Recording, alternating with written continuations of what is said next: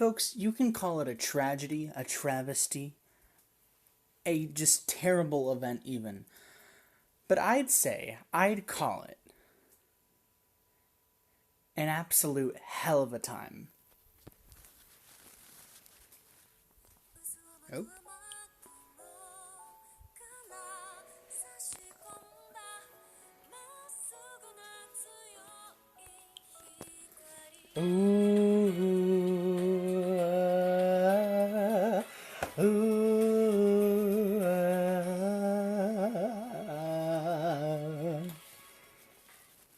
Welcome back to another scene, another song, another lyric.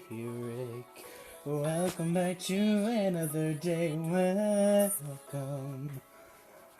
Welcome back.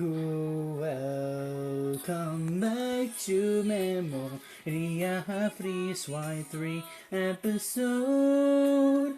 No episode.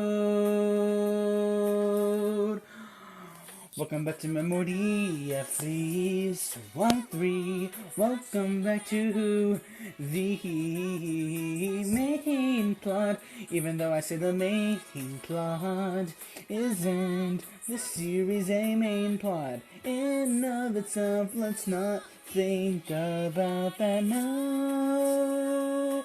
No, let's not think about that now. Ooh, ooh.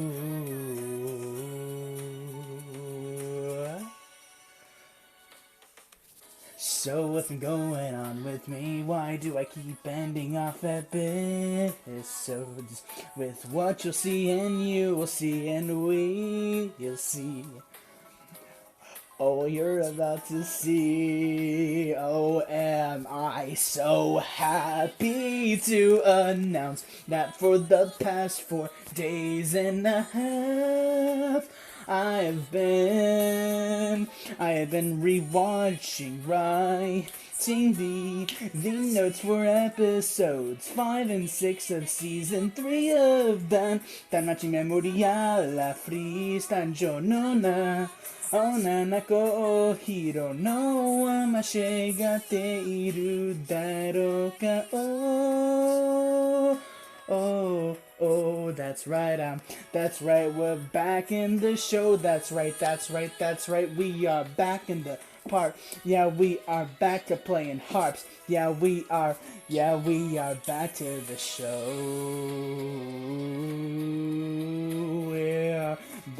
we are back, finally, after what feels like a century, we are back.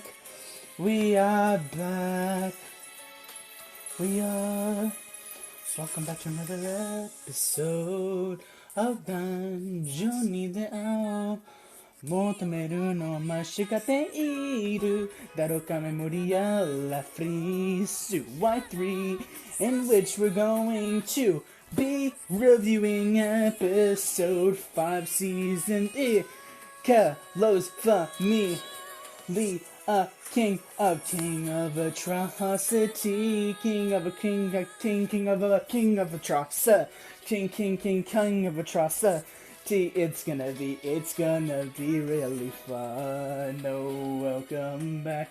It feels so long, even though there's been episodes nearly daily for the past 20 million stones. It seems that I feel like we're really back into this series. It only took a week, didn't it, my friends and foes?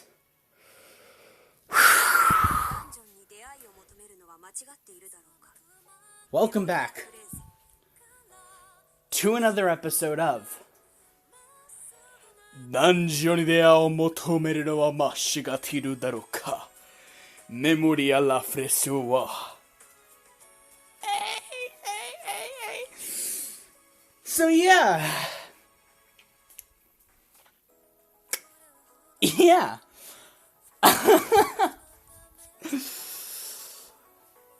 Yeah, so I've actually been hiding a lot of stuff from y'all. For the past few days or so, I've gone through my hardships and whatnot, but for the past few days or so, I don't just watch anime, alright? I review it. For the past few days, with a lot of hardships and a lot of this and a lot of that, and, a lot of crying, but we're just gonna leave that part out. I have been rewatching, well, I watched, and then I rewatched, and then I re-rewatched, and then I rewatched for the rewatch of the rewatch, to write notes for episodes 5 and 6 of Danmachi Memoria, of Izuran Shadowpay Cross on Avenging 3. And here's the thing about this, folks. I am very proud to announce this, because I don't think you understand how great this is. Because I think you understand how great this is, because I haven't been on quota. I haven't been on point. But folks, I'm not gonna ruin the surprise, but I'm about to be fin on point. You might just think that y'all are gonna get, a review for episode 5, but oh no, folks. So y'all better get ready for a goddamn trilogy, because that's what we doing, folks. That's what we doing. Okay, I'm gonna shut up now. Ladies and gents, I present to you one of the two. No. How can I put this out? I'd like to call this episode, for the better half, or not the better half, but for what I remember about it, I'd like to call this episode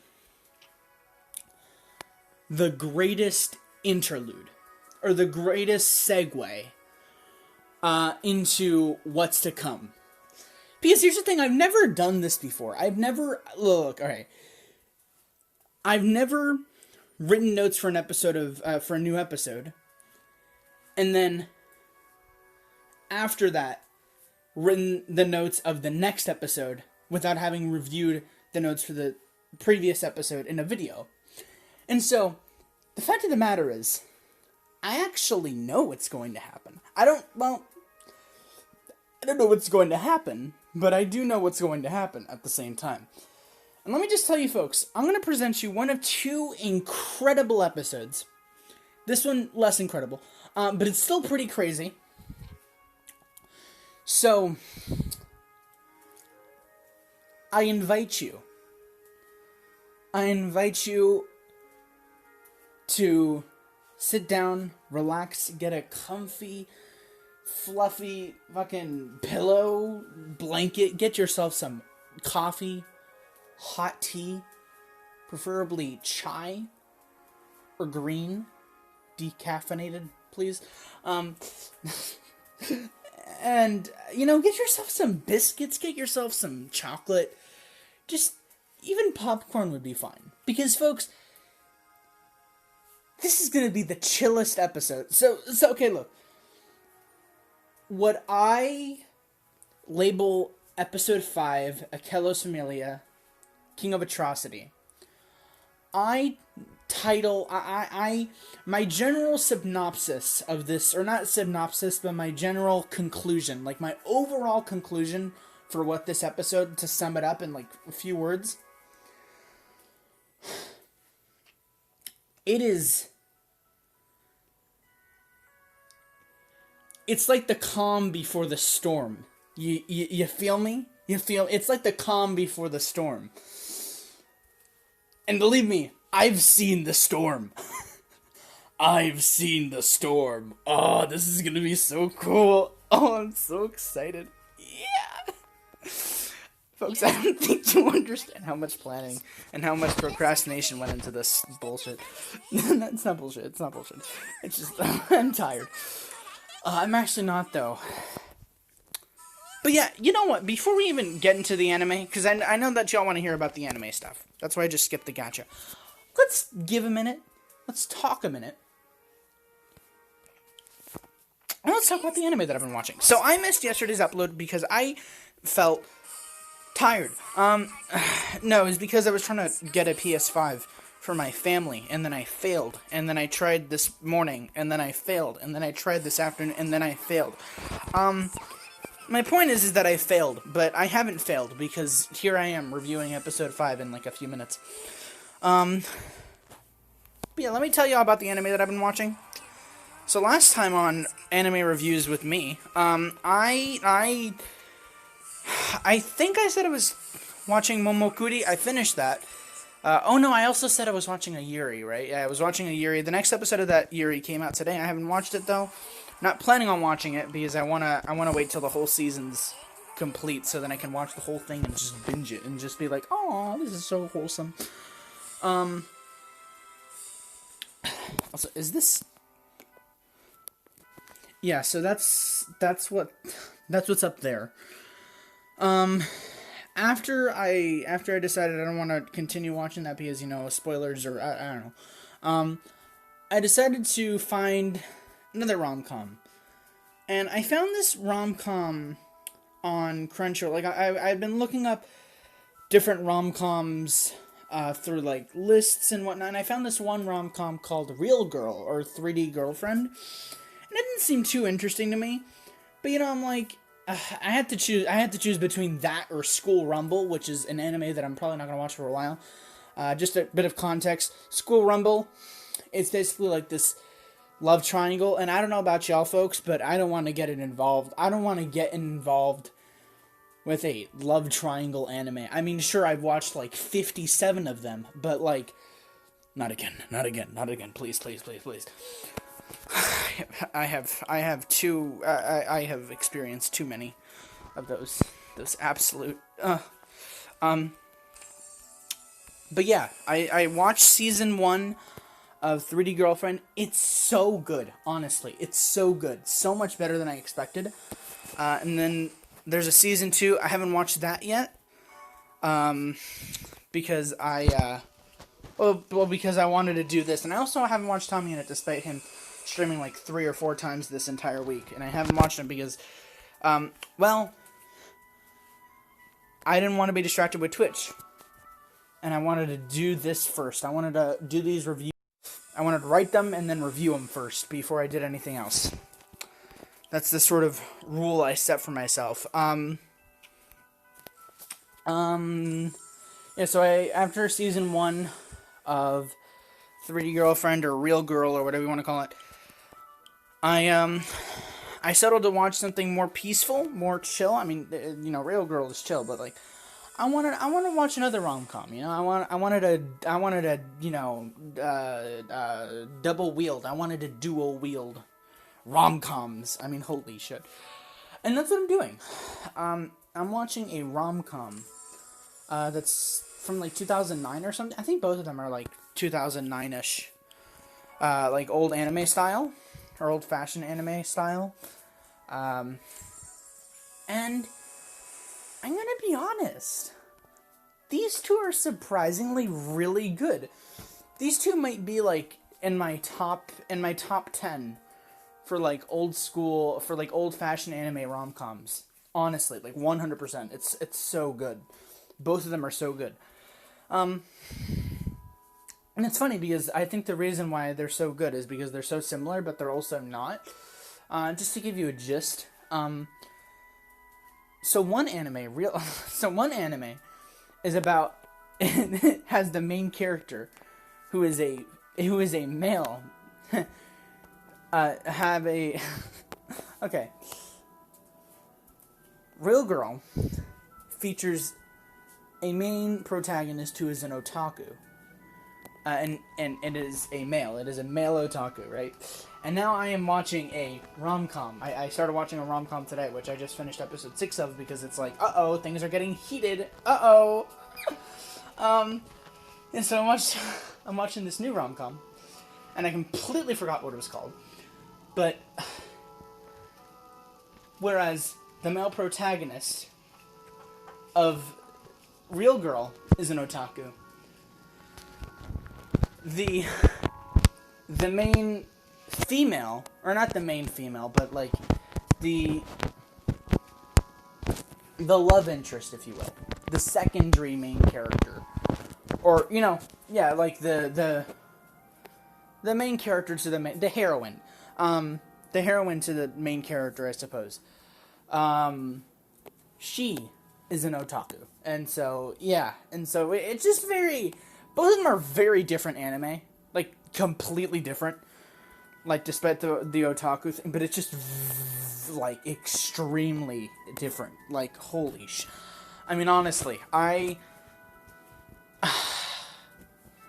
I'm gonna be honest, I'd say Real Girl is really, like, wholesome. But so is... Both shows are really wholesome. I'll tell you this. I don't remember... Okay, so I don't remember the full name of the second show that I'm talking about, but all I can tell you is that it starts with Nogi. So if you look up Nogi on Crunchyroll, it'll be like the first thing. If you're interested, just it'll be the first thing. The thumbnail or the picture of the show will have like a blonde girl. So it's just Nogi, and so it's such a good. It's so funny, dude. It's so funny and so wholesome. Honestly, kind of reminds me of Tonikawa with some of the characters. But yeah, it's such a funny show, dude. It's so fucking funny. And the great thing is that both of them are 2 seasons, so highly suggest them. Yeah, and by the way, that whole bit at the beginning, so I'm just gonna wrap it around and then we're gonna get to reviewing. By the way, that whole bit at the beginning, it's like, you can call it a tragedy, you can call it a travesty, but I call it, and then I just completely forgot what I said after that, but, that whole bit at the beginning, it was just my reaction to the end of, to the realization that there is this one character in one of the episodes that I believe is gonna do very wrong in the future episodes of the current anime that I'm watching, so that's all I'm gonna say. I'm kind of predicting things, and it's like, and that's why I started the episode off with, like, you know, you can call it a tragedy, you can call it a travesty, but I call it, and then I completely forgot what I said. I think I called it, like, absolutely beautiful writing, but probably not. Anyway, let's get into the episode, shall we? Also, just before we actually start, you know, I just got news, alright? I just got news that Baby Yoda's canceled because I don't know. It was eating, Frog Lady's eggs. That's all I'm gonna just leave it there. I'm just gonna leave that there. I'm not even... Okay. Episode 5. Ikelos Familia, King of Atrocity. Let's get into it. So, the episode starts off with an epic intro, as per usual. I mean, just an absolute banging intro.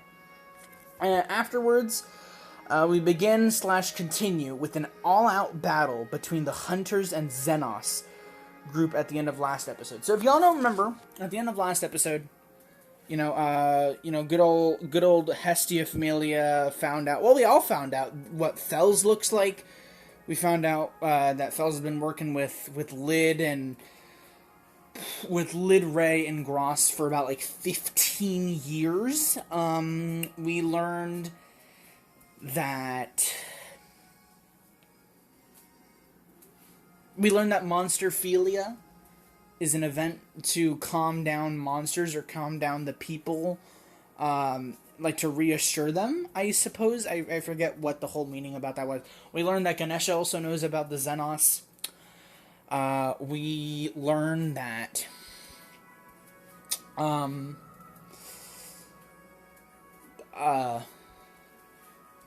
we learned a lot of things, but the saddest thing of all is that, Hestia Familia had to leave Ween behind, and Ween cried, and then we all cried.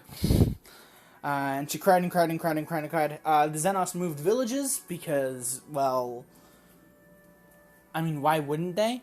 They're nomads. So yeah, they moved villages, and they split up into different groups. Ween was in one group, which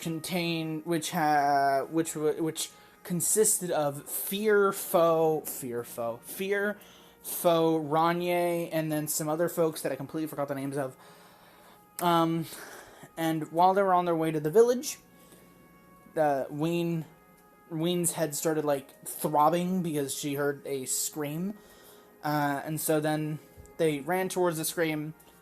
It was a trap.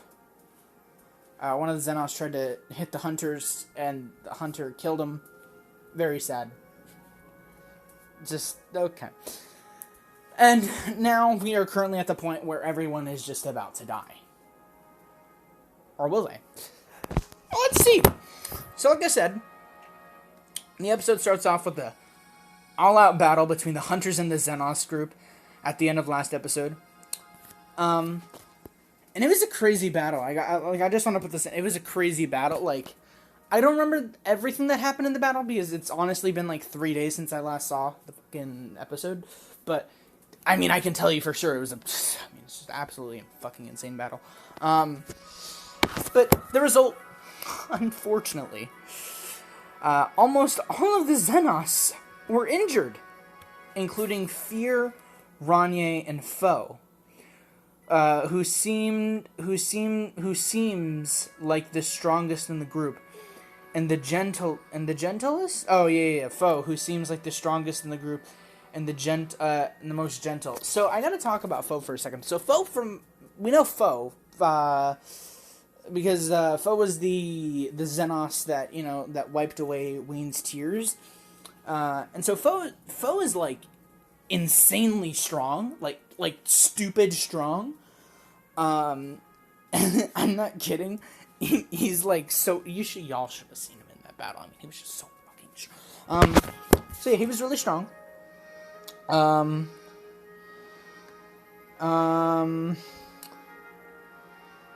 so they're all injured. Foe especially, because he's just on the ground. Ween sees this, and she is just crying, and she runs to him. And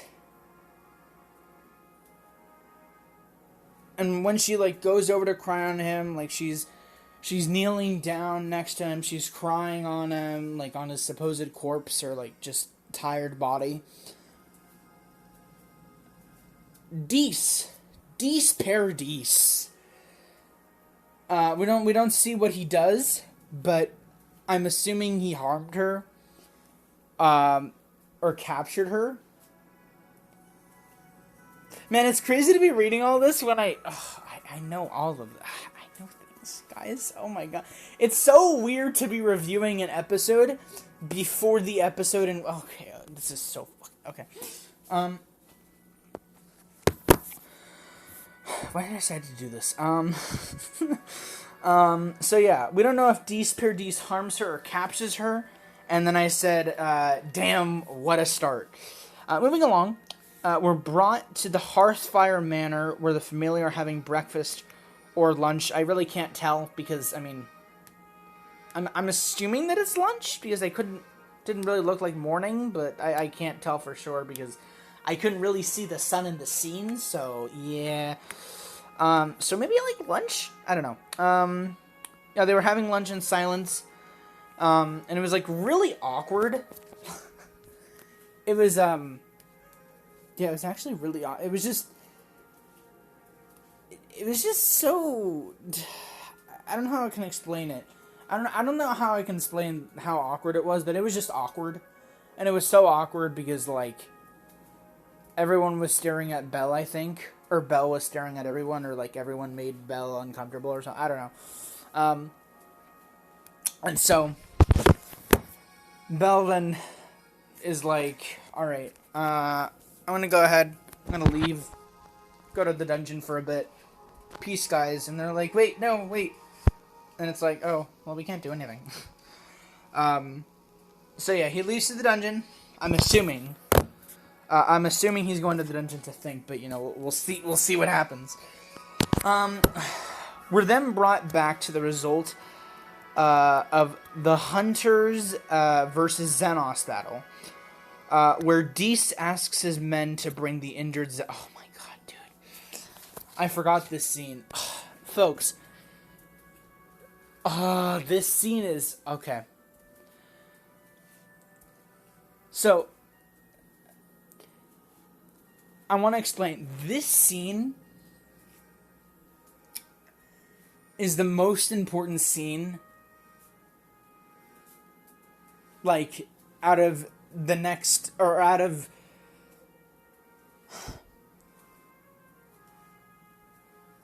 No. You know what? Just know that this is an important scene. I'm not going to spoil anything, but just know that it's a very important scene. And it's a very sad one as well. But it's also... I'm just going to... We're then brought back... Okay, so... Dees asks his men to bring the injured Xenos to the surface, possibly to put them in cages, and tells one of his men to kill Ranye. Which, if you don't remember Ranye, she was the bit of a bitch. Last episode to Ween. And she was like the spider, like half spider, half whatever, you know, fucking spider girl from fucking Undertale. Whatever her name was. Yeah, so, Dees asks his men to kill Ranye. And, well, it's really just fucked up. And other hunters were really pervy. Because they wanted to play with her. Okay, yeah. And so, when I saw that scene, I'm like, yeah, Like, I was really like, what the fuck is going on? But then, dude, then just the greatest thing. I'm not going to interrupt myself while saying this, so I'm just going to let y'all take it in, alright? Ranye defends herself by spitting acid and says, "You'll never violate me, and Gross, I'll leave the rest to you," as she rips out her magic stone from a wound she got in the battle and dies.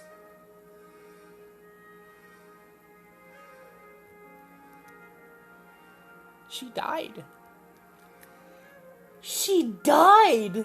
She died! She actually died! Ranye! I know you were a bit of a bitch, but oh my god, I didn't want you to die! Okay, I mean, it was a sad scene, and it was also like, what a great way to go out type thing. Like, holy I mean, what a great way to go out. I mean, we didn't know Ranye for that long, but, like, I mean, what a goddamn exit. Like, holy, I mean, she couldn't have made that more dramatic. So yeah, she just dies. And I also put this in the notes. Now, I know what I said about Ranye last episode, but I didn't want her to die, damn.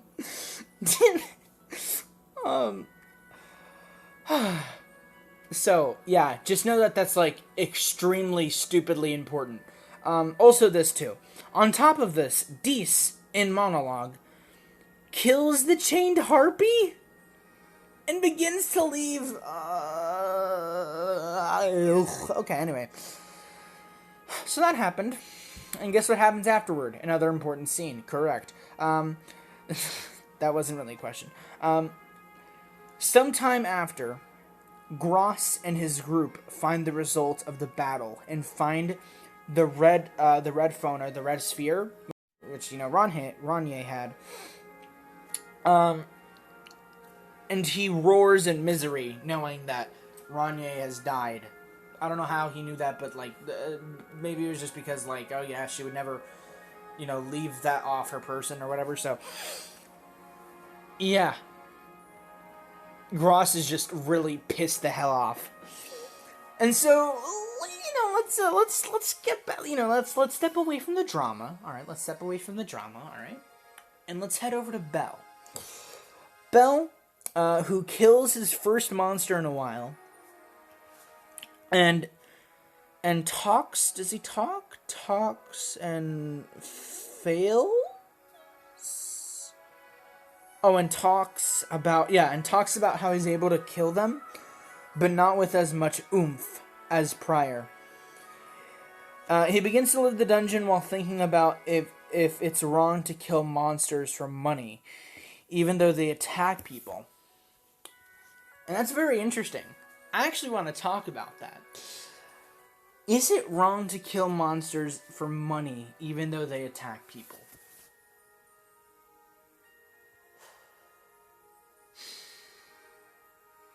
See, here's how I see it, right?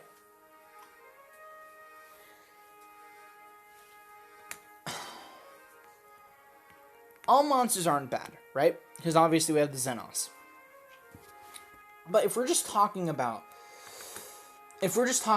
a solely monster society, and humans, like monsters are bad and humans are good, but it's just monsters that have zero emotions, right?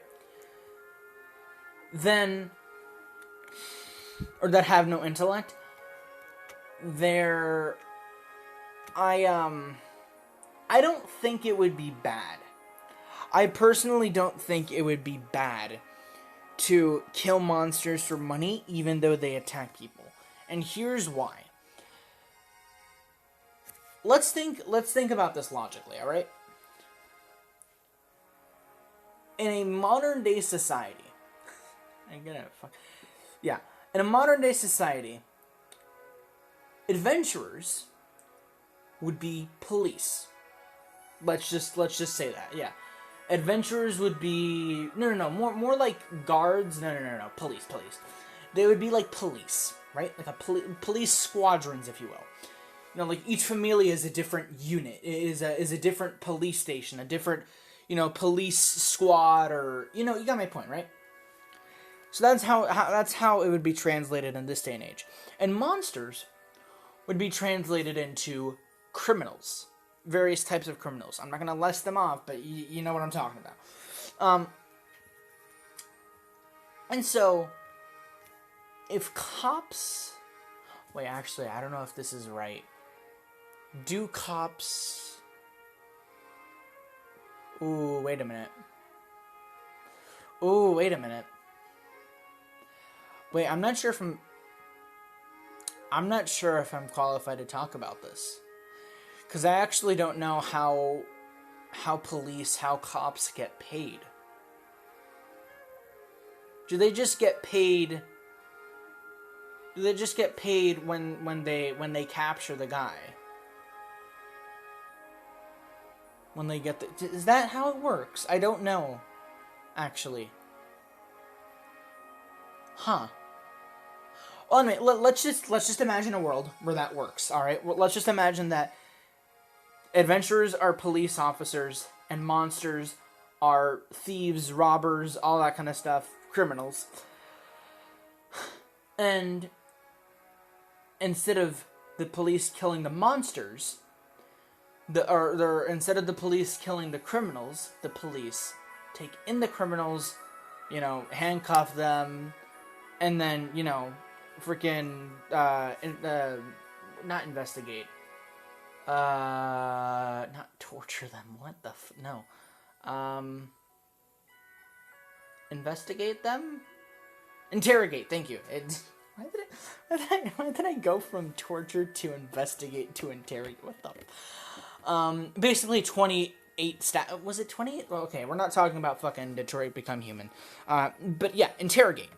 So instead of killing criminals, they interrogate criminals, right? And when you interrogate the criminal, it's like you're trying to see if, the criminal is, really good or really bad and this and that. And when you've determined, when a police / adventurer / has determined that, yes, this is the bad guy, or yes, or you got my point. Let's say that you get paid for doing that. Is that right? Yes, because that is a criminal. That is a criminal, and I'm sure that they just, they're a criminal, and you got paid because you took them in. And so does that translate well into the world of Memoria Freese if it's wrong to kill monsters for money even though they attack people? Yeah. Yeah, right? Right? Jesus, I just brought myself into another hole, haven't I? Alright. So, that's my answer for now. I'd say yes, but not all monsters. Obviously, just, monsters, not Xenos, So, he's asking himself that. And once he's asking himself that, that's when he runs into Ace. And I'm like, shit. I wonder how this is going to go down, even though she doesn't know about Belle's friendship with a monster / Xenos. And so, here I'm thinking that, this episode was going to be the episode that, like, their friendship was going to start falling apart and all this kind of stuff. I'm not going to spoil anything. That's what I thought. And also, I think it was really cool. Like, it was just sort of off guard. I was just caught off guard. It's like, hey, it's Ace. But it's like, I didn't know because when Belle reached Ace, because he was walking up the steps, he was walking out of the dungeon. And so I didn't see all of Ace, because it was like a panning shot up to her. So it was like from feet to face type thing. Or that sounds weird, but like it was from a bird's eye view. No, not a bird. No, it was from a worm's eye view perspective to then a bird's eye view perspective, or just a perspective. So I didn't know if it was Ace or not, because like I saw the boots, I saw like the blue boots, but I didn't know if that was actually her. So I my point is that it's Ace. and after they're like, hey, hi, we're then brought out of view. Oh yeah, this is such a cool scene. We're then brought out of view of Belle and Ace, who are being watched by Fells, and I'm like, wow, look at this guy. You're more interesting. Wow, Fells, you're really watching Memoria Freese for the plot, am I right? My point is, continuing, please, watched by Fells, who was trying to find when Ikelos Familia would have gone into the dungeon, but tells Uranos he couldn't find anything? So basically what was happening is that Fells, like, Belle and Ace met each other on the steps into the dungeon, out of the dungeon, does that make sense? And so, Fells was looking in that area, because, like I said, he was trying to find evidence of Ikelos Familia entering the dungeon. But he couldn't find anything. Even though Ikelos Familia has been in the dungeon countless times. Well, not countless, but a few times in the past few episodes. Or, in the past episodes that we've known them. And so they say, I'm not sure if I said it or they said it, but this means there's a possibility for an even larger possibility. What? There's a possibility. There's a possibility, an even larger possibility for there to exist another entrance into the dungeon. And I'm like, dude, we're getting back to this? Because didn't we mention this in fucking, like, every major event in this show? Like, well, in this series? Didn't we mention that, like, 100 times? Anyway, I thought that was crazy. That there's a possibility, again, like, they keep on talking about it. And then, so that's crazy. But here's the even crazier part. Fells tries to contact Lid, but can't get to him, because Gross broke the sphere, and Lid is mad. You heard that right, folks. Gross broke the sphere. We continue with Gross breaking the sphere and Lid being mad, with Gross wanting to avenge Ranye and others who fell in the battle. He also tells, so this is a weird part. I don't know how true it is, but Gross says that he heard everything that happened. But I don't know how much I believe that. Because if he heard everything that happened, because I'm assuming when he says that, I'm assuming that he was like right out of the cave, that, the whole thing happened. And so I'm to assume that he was there the whole time, just listening to them all get killed. Like, he couldn't have just saved them. Like, I don't get it. Like, what the anyway. That would have made sense. It must have been through the magic ball thing. It must have been through the spear. Oh, that makes a lot of sense. Oh, I just realized that. Yeah, that might be it. That might be it. It might have been through the sphere that he heard everything. Dude, that would make so much sense. Cause he was last in contact with Ranye. Oh, that makes so much sense. Okay, wow, I just made that conclusion. Okay. So yeah, here's the crazy part, folks. Here's another important part of the episode. Gross wants to avenge Ranye and others that fell in the battle. He wants revenge. So Gross then... What does that word say? So Gross then begins a rebellion alongside other Xenos. Lid says not to, but Gross doesn't care. Which is like, what the Anyway, so continuing, Lid, Ray, Arles being the little bunny girl character from that hugged Belle, I completely forgot what else Arle was a part of, but Arles is a character, is a Xenos. So yeah, Lid, Ray, Arles, Let, who is a goblin that we just learned the name of in that episode. Let and a wolf, which I really shouldn't say wolf, it's a fucking hellhound, Xenos.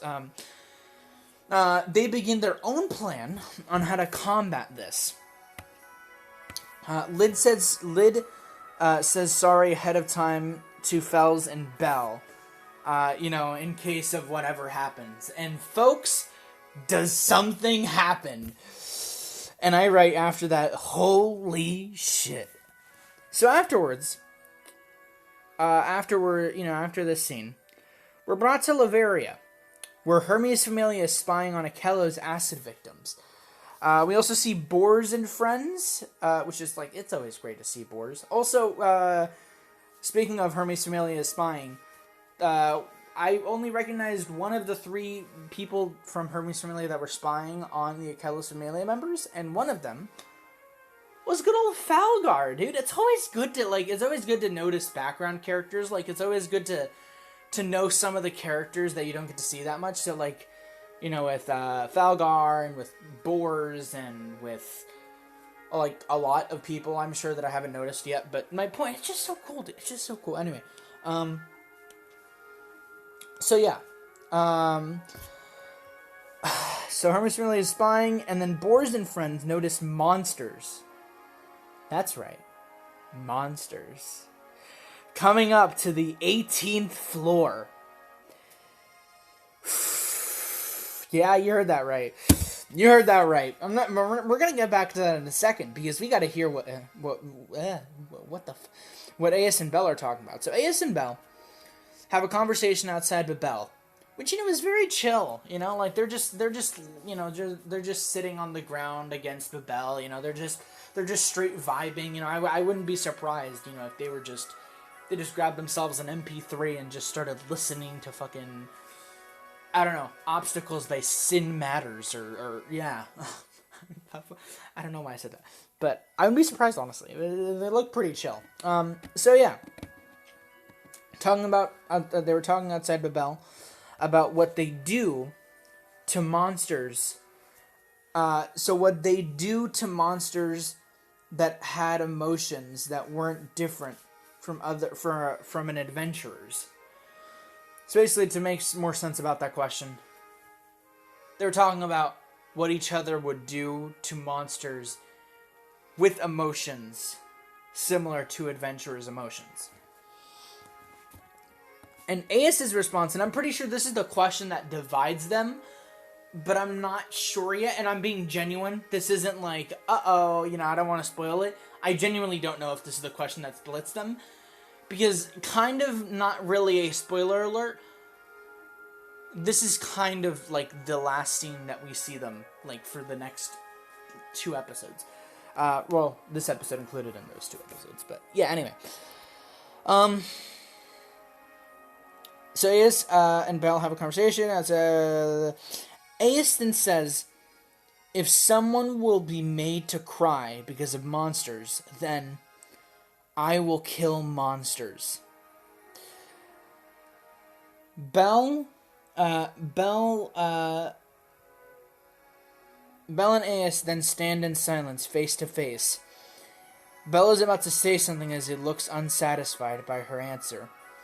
But before anything else happens, a bell is rung and an announcement is made. And the announcement goes like this. This is an emergency alert. This is an emergency alert. This is an emergency alert. All Familias affiliated with Aurario, please follow guild directions.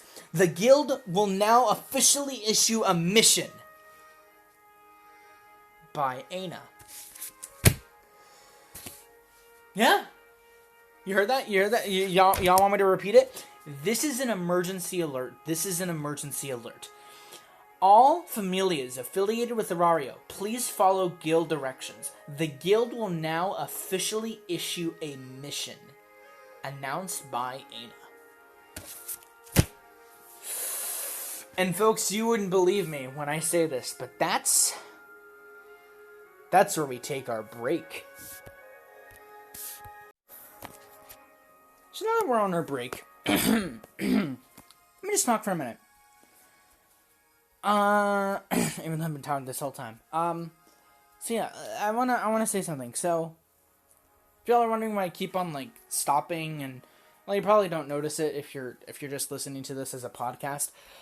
But I keep on like starting and stopping at certain points in the video, and the reason is because I don't want to record this into one large video. I'm gonna merge it into one large video, but I don't want to record it as one large video because I don't want to get all my review progress destroyed like last time. So yeah, I'm gonna make sure that never happens again. So that's why like after every break, I'm doing a little breathe kind of thing. Anyway, so let's talk about that break. Let's talk about what's happened so far.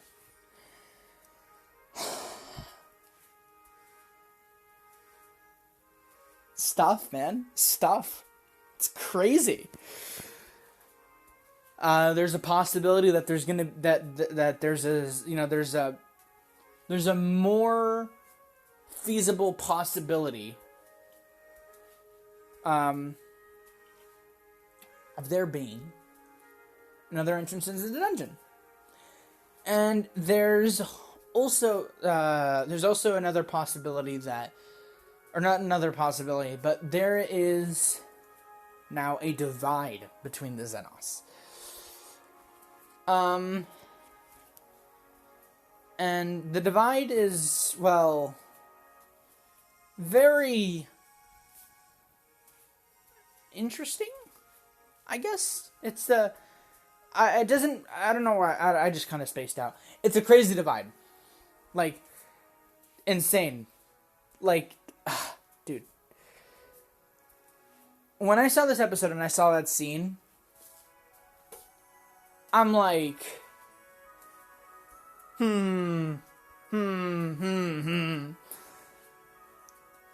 Nothing bad can come out of this, right?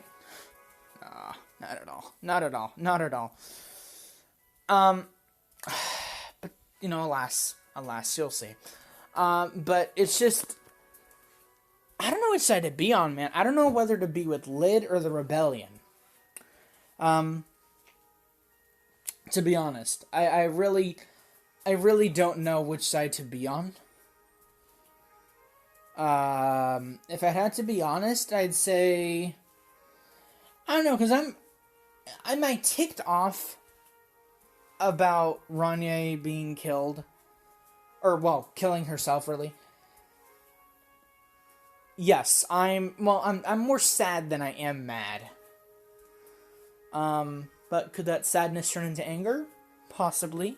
Could that anger be turned towards violence? Maybe.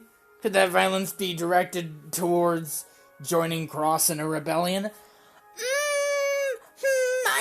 I don't know about that, but, you know, there's a possibility. There's a possibility everywhere. So, I kind of get where they're coming from. I kind of also get where Lid is coming from, because I don't know if I mentioned this, but Lid's like, no, you can't do that. You know, we still, like, not all humans are bad. Like, come on. Like, do you really want to, you know, ruin all of our progress and whatnot? And Grosh just doesn't give two shits. I mean, he just does not care whatsoever anymore. And so I think that's just crazy. What else do I really have to mention? Oh yeah, conversation between Belle and AS. Again, I don't know if that question of like, oh yeah, would you attack a monster if they had emotions similar to an adventurer's? I'm not sure, but you know, I'm assuming maybe that's like the starting line of where things sort of just start ripping between the two. And so yeah, I just wonder, man. I just really wonder. Anyway, shall we continue? Shall we continue, folks? I think we shall. Just let me get a water, because you know, folks, I'm gonna be completely honest. You're never gonna believe me. I'm recording this late at night. I know, insane. And when it's late at night, I cannot open the refrigerator, or I can't go into the garage where all the cold water is, because I do not want to awake my parents and then have them get like extremely mad, even though they're probably not. They're probably just gonna be like, "Are you up, Sully?"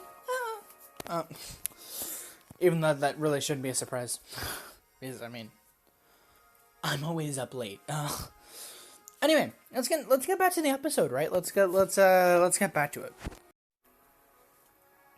So what's going on on the 18th floor, huh? What's going on with that announcement? So, let me explain.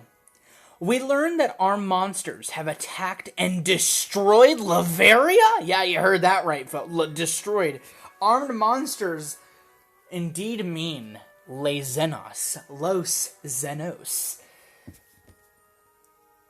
Gross, if you will. The rebellion have attacked and destroyed Latveria, which is just okay. What?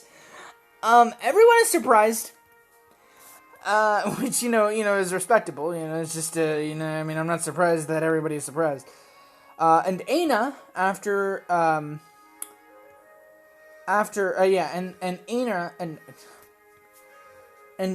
after then says, no citizens or adventurers are allowed in the dungeon right now. So that's like that's the announcement after that. After the previous announcement, she then says like, oh yeah, I'm getting something, and then she's like, no citizens or adventurers are allowed in the dungeon right now. And I'm like, what the fuck? It's like, then who is allowed? Like, what the they can really do that? They can really ban adventure? I mean, I'm pretty sure they've done that before, but like, wow. I mean, what an announcement. Anyway, we then move over to Lumen, my homie G Lumen, who's asking Uranos, why have you issued such an order? Uranos tells him to calm down, gives Lumen an order to send out only Ganesha Familia to deal with this. Blessing, says Blessing has not been broken, aim to reach surface, broke through Babel. Oh yeah. Okay, so let me explain that. So, Uranos, so Lumen is pissed off at Uranos for all this happening, even though it's not Uranos' fault, because it's just, is it? I don't know. But, you know, Lumen is pissed off, but then Uranos is like, you know, calm down, kiddo. It's alright. You know, if like he says, his blessing has not been broken, you know, to be able to free them and whatnot. But it hasn't been broken. that aim to reach the surface. And he also mentions that that also includes aim to reach the surface. I might be getting this wrong, but I'm just loosely thinking, folks.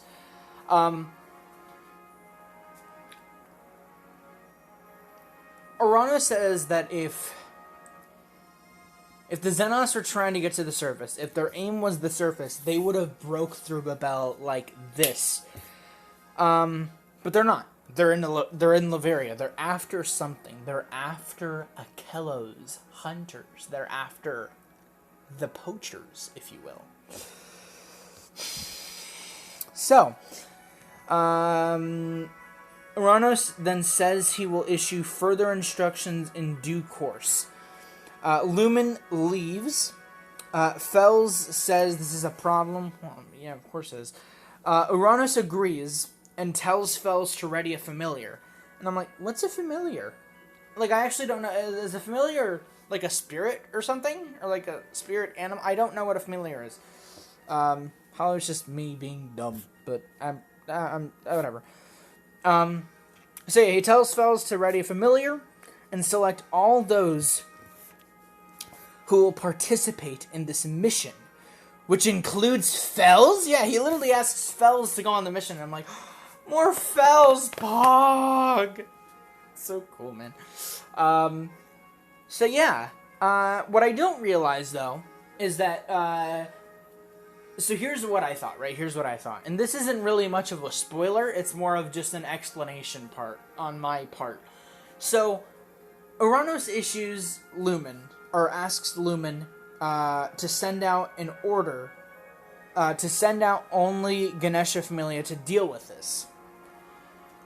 But I didn't know, and so I thought that was one group of people, and then I thought that when he told Fells, like, oh yeah, you know, ready a familiar and select all those who will participate in this mission, I didn't know that meant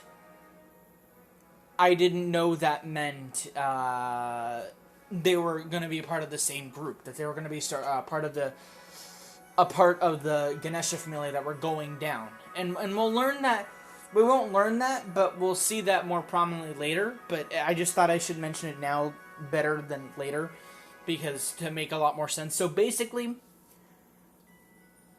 it's being worked and tweaked out or organized for all of Ganesha Familia and a few select people, plus Fells, to be the only ones to enter the dungeon, go to Latveria, and well, you'll find out what they do in a bit. You'll find out their plan in a bit. So, one of the people that we learned that are going to go on this mission, which, I mean, it's not really a surprise, but it's just so cool how it's announced. Uranos says Bel Crenel will be a part of said mission. Says this is where we see the truth of that boy. The only adventurer to have joined hands with the Xenos. And I'm like, things are getting good! Oh my lord, dude, this is so cool. So yeah, he's going on the mission. Not a surprise, but super cool. After this, adventurers plus citizens are all gathered up in a crowd in the guild, I might add. What's going on? And our monsters headed this way. All of this is happening at the guild, like I just said. Aina once again having to be the one to take it all in. Poor Aina, man. Poor Aina. Like, I feel so bad for her. She's just having to deal with all these complaints. Like, I'm sure it happens all the time, but, like, this level of complaints, like, holy I mean, first it was outside, and now it's in the guild. Guys, there's so many people in the guild in this scene that it's like, I'm worried for the vases at this point. I'm worried for the vases. Those vases, man. I'm so worried for that legendary armor from fucking Grand Day. I don't want that to get stolen. Uh-oh. Anyway. All gathered up in a crowd. Feel bad for Aina.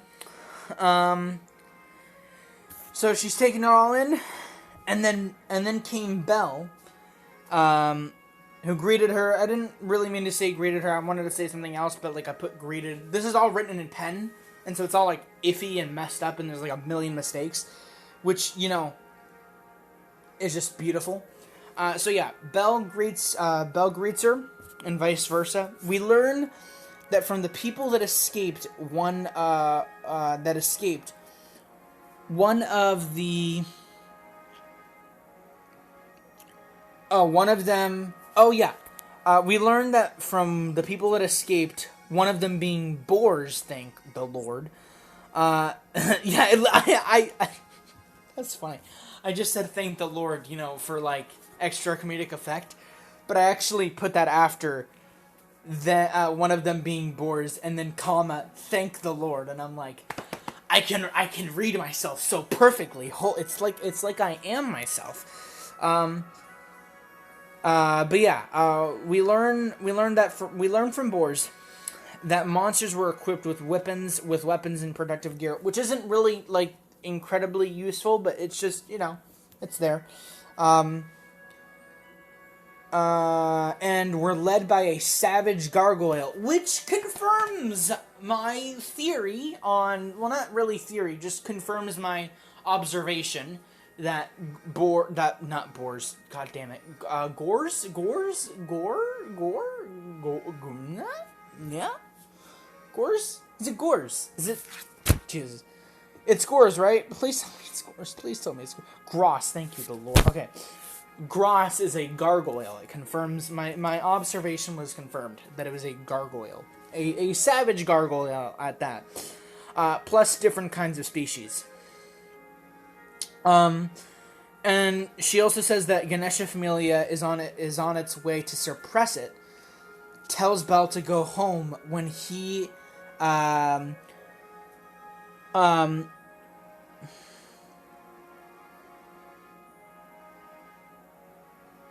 when he's what? I can't even read that. Tells Belle to go home. Oh yeah, okay, there you go. So this whole thing is going on. Anna's, I'm sure, worried for Belle, and so she tells Belle, go home, get some rest and all that kind of stuff. When Misha then tells Anna, Belle has been called upon by Uranus. I mean, we saw it coming, but it's like still like, dude, this is so cool. But it kind of sucks because we don't really get to see them interact. Because I was hoping that they would interact, but we didn't get to see them interact. So that just kind of fucking sucks. However, it doesn't suck at all because, yeah. And then I said. And after that, I said, holy Lord, this is getting crazier by the second. Like, yes, you are correct, me. After this scene, I'd say one of the most interesting scenes of the episode, one of the most interesting scenes of the episode occurs. We see Loki Familia. We see good old Finn and Tion and Tiona and Bet and Lafia and Riveria and fucking, Gareth? Right? That was your name, right? Gareth and Aes. We see all of them folks. And Loki Familia, during this whole situation, like there's, like, monsters are attacking Laveria, and they're the strongest Familia in Arario, and they're not being called upon. They're ticked off. They're ticked off and wonder about why they're being left out of the loop. Freya is surprised, and Ikelos wonders if Dis messed up as he stands on top of a tower in a different district / town / city to Arario. So there's a lot of stuff that just happened. So basically, Loki Familia is ticked off. Like I said, Freya's surprised. They're all reading this, like they heard the announcement, but they also got mail saying, don't interfere, alright? And they're just all surprised. But the most interesting part of the scene is Ikelos wonders if Dis messed up as he stands on top of a tower. So this is a very interesting part. This tower is like massively important. Going in. Well, it's not like something incredible is going to happen on the tower, but just know that it's an important place, and you'll understand why next episode. But my point is that just remember that Dees is sitting on a tower in a district. I can confirm it's a district and not a town/city. I thought it was a different town/city because when it showed us, like when the show showed us the landscape surrounding the tower, it almost looked like a sandy city, like a desert city, and it looked very like sandstony and whatnot, and so that's what I assumed. I assumed that it was like a different city or something that we hadn't seen before. But yeah, but no, I can completely confirm that that's a district. So yeah. Yeah, that's all I'm gonna say. That. Dude, are we almost? No way, we're almost near the end of this. Dude, I'm not even kidding. We're actually almost to the end of the episode. This might be the shortest review that I've had, and rightfully so. Rightfully so. But you know, we're not gonna assume things just yet. We'll assume things in just a minute, because I kind of wanna just, I'm gonna end off this clip here so then we can finish off the episode. Because if I let this clip go on, I fear that that like an entire 2 pages worth is gonna get, or an entire page's worth is just gonna be flooded out the drain, and I don't want that to happen. So I'll be right back. So it's been a few minutes, but I'm back. Let's finish this off, folks. So after that little like 3-part scene of, you know, things, we then move over back to Hearthstone Manor, where Hestia learns that Belle hasn't returned from the dungeon because she just got back from work. She was evacuated. She's wearing her work outfit, like her fucking the outfit that she wears to work at Hephaestus' shop, I believe. So she learns that Belle hasn't returned from the dungeon. She learns it from Lily and Welf and, you know, the Familia. And Hestia says that they were evacuated. Makoto comes in telling Hestia to read this scroll that was delivered, which says to basically stay inside, or which basically says to stay inside, and you know, like there was code on the sides of the note again, like how last time it happened. There's a new code, and the code says Belle will be involved in the suppression force on the 18th floor. So that was a really weird just way of putting that. But yeah, they find out that Belle is going to be in the suppression force, and that's when I realized that, hey, these two groups are going to, you know, be together. Like these are 2 in 1. So yeah, he's moving up in the world. I thought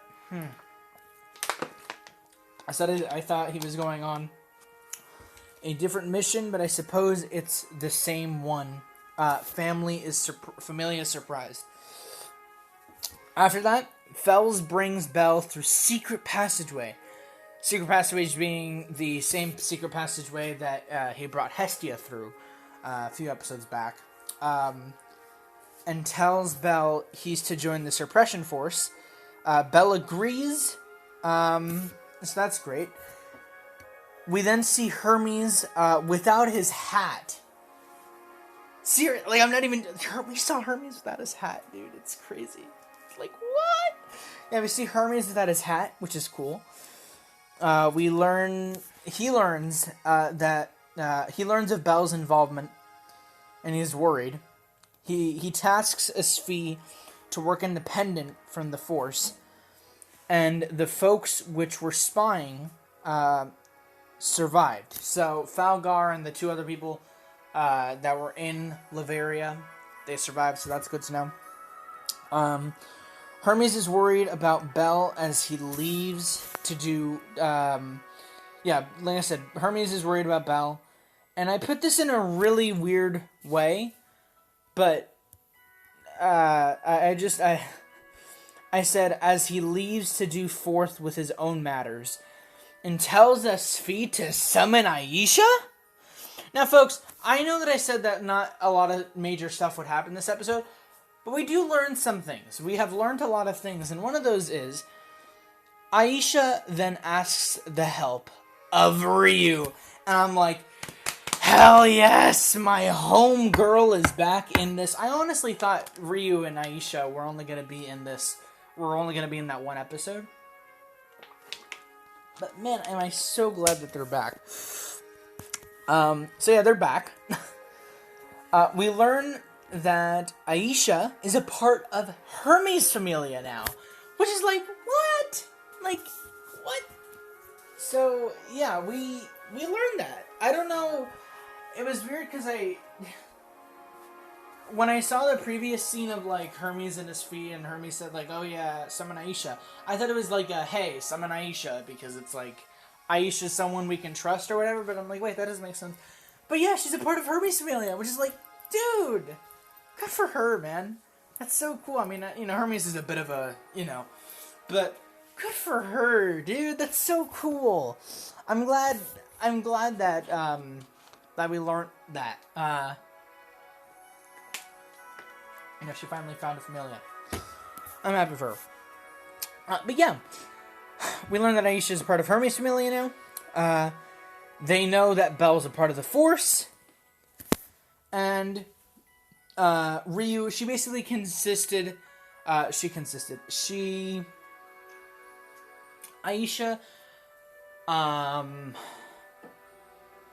Aisha gained the assist, or like... Aisha convinced Ryu to go with her and assist her to watch over Belle, to help Belle to investigate stuff. Because Aisha told Ryu, I'm not sure if Ryu already know this, but Aisha told Ryu about how Ikelos is involved. Ikelos mentioned again! I'm like, oh dude, this is so cool. Having this season come right after the absolute atrocity and tragedy and absolute beauty that was Estrella Record is just amazing. Because, you know, because of that, we actually know how, like, terrible Ikelos is. And it's just like, dude, that's crazy. Anyway. So that's how she convinces Ryu. Because Ryu's like, oh, I don't want Belle to have to do anything with that and whatnot. And so it's like, we're going to go. So, they're both a part of it now. And then after that, we see Dees learning of all that he's caused, or that has been caused, and asks, what shall we do? As he stares at Ween, who's in a cage chained. Yeah. I don't like it. Because it's just a creepy way of how... So I said it normally, like I just said it... I just read it as I wrote it. But it was very creepy.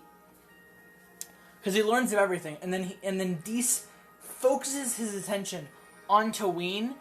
And then sort of just smirks after he says, so what shall we do? And then it's like, I just fucking hate the French guy. It's not French, but I just keep on. So, that's a really, like, part. But then, folks, I told you that this episode was a calm before the storm. I told you that not a lot of stuff would happen in this episode.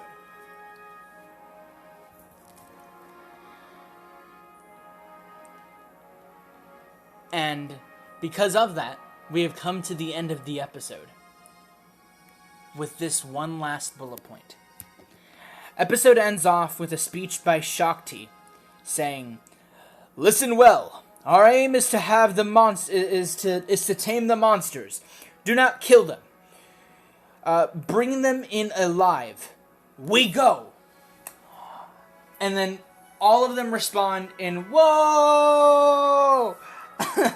as the camera closes in on Bell, wearing a dark green sweater and backpack, covering his appearance, staring intently, then covering his appearance, staring intently, then gets his poker face on, and outro. And after we learn the title of the next episode,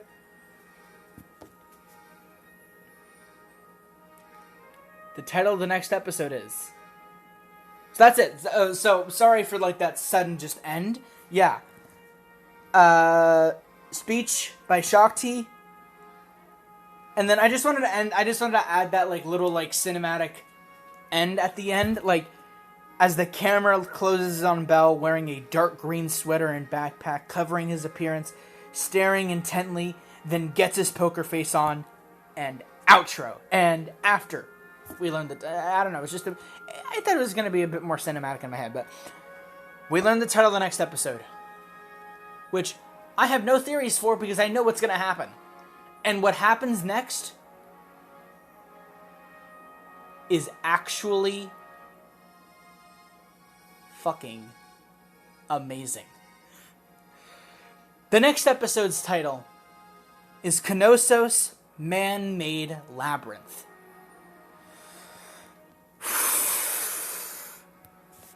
And folks, like I said at the beginning, like I just said, I have in front of me the notes, the review, if you will, of Knossos Man-Made Labyrinth, episode 6 of season 3. But I'm not going to review that this episode.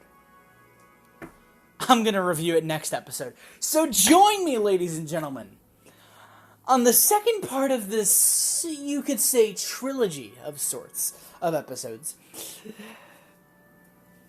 Join me next time for episode 6 review of Knossos Man-Made Labyrinth. But until then, folks, let me just talk for a little bit more because I just want to talk. So tomorrow, I'm releasing the final episode of Genshin Impact, season 2, which is very, very cool. I'm very, very excited for that. And then that means that I have the weekend to just start recording shit tons of Genshin Impact stuff. So that's gonna be fun. Also, what's gonna be fun, to mention, really, I've been playing Hollow Knight a lot more, on the PS4, and I've gotten so into it that I've gotten better at it, and I'm genuinely thinking about returning it to the channel. Problem is, I actually decided to do that, and you're like, well, why is that a problem? Well, you're gonna understand in a second. See, I'm a bit of a klutz. I'm a bit of a dumb. Because I haven't played Hollow Knight in 2 years. Like, if I was recording this on November 26th, it would have been 2 years since I've last played Hollow Knight on my computer. Since I last recorded an episode of Hollow Knight. So it's been a long, long time. So yeah, it's been a long time.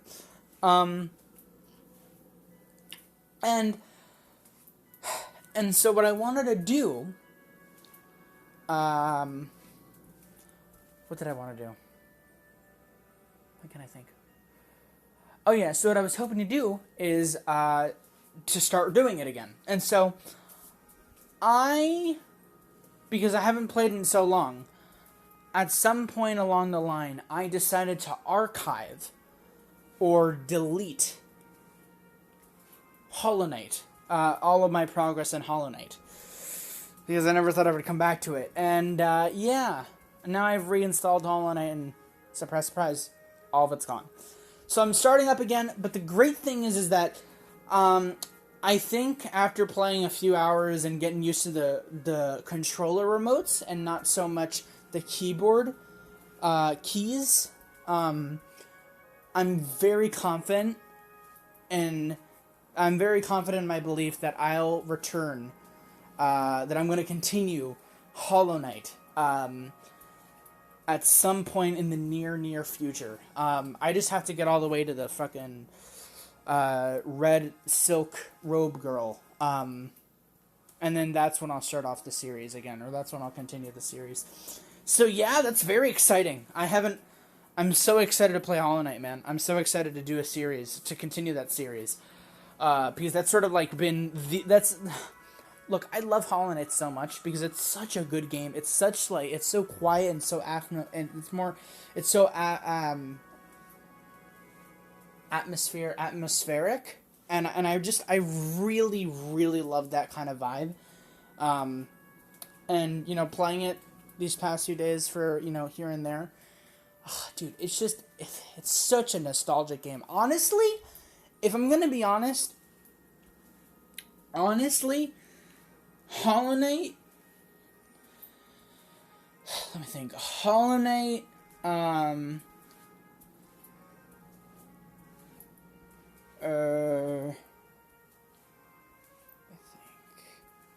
Hollow Knight, Monument Valley,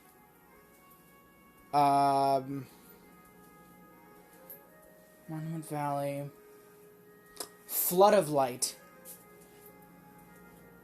and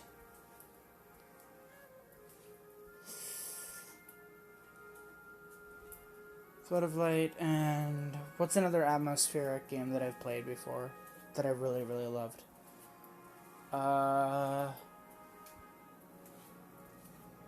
Those three and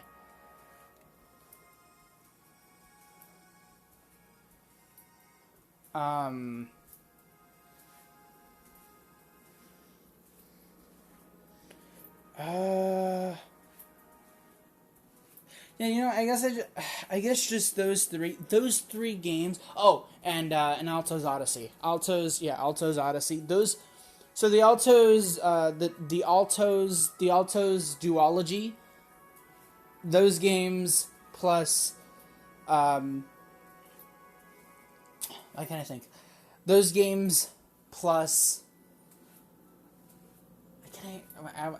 plus Hollow Knight plus Flood of Light plus Monument Valley are my top 5 just favorite atmospheric games ever, because they're such good games, man.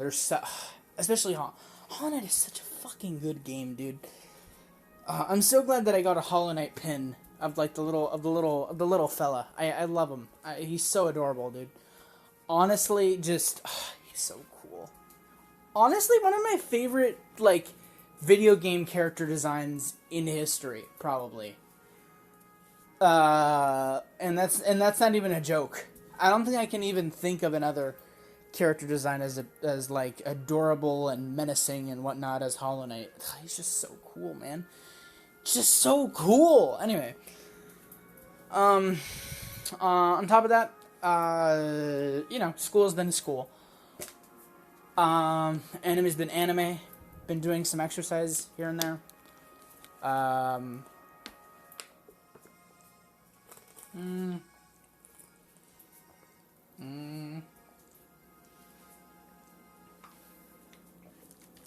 It stopped raining like crazy, even though it was raining crazy yesterday. COVID cases are getting real high here in the U.S. Apparently we're going into another lockdown, so that's fun.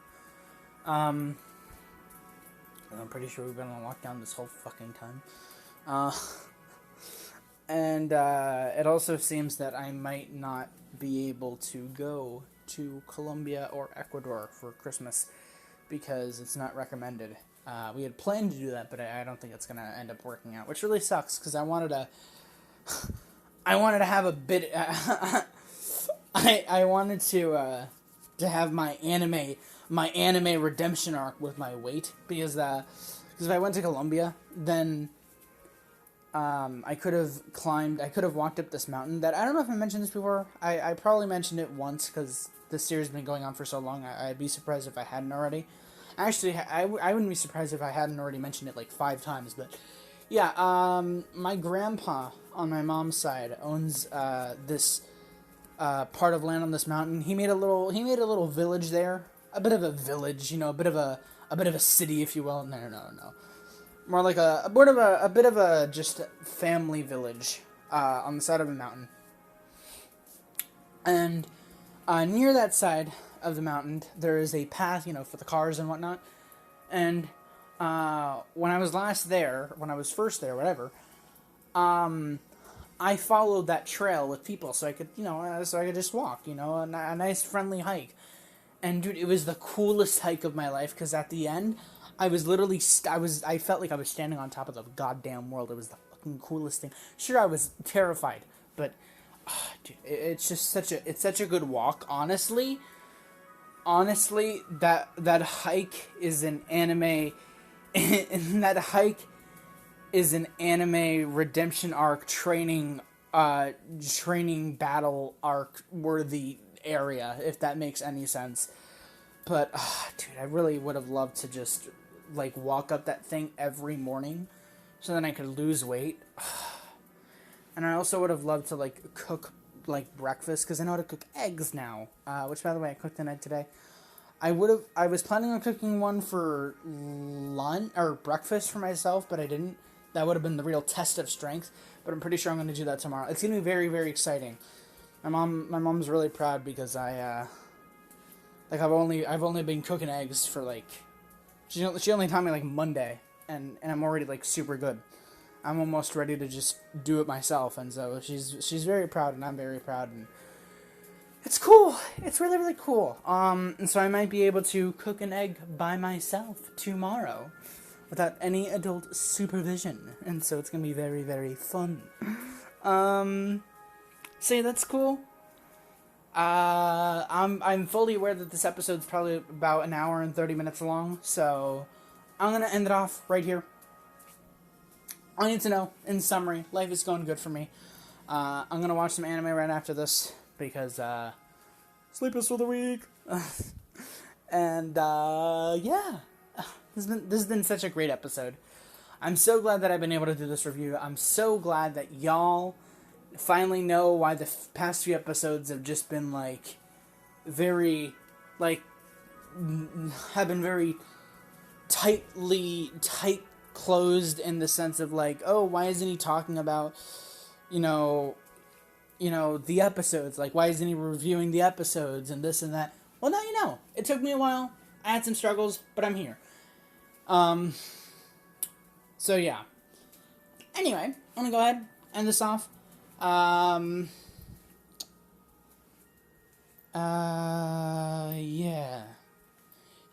I'm gonna end this off here. Thank y'all for watching. Gonna go to sleep. I don't know what I'm saying.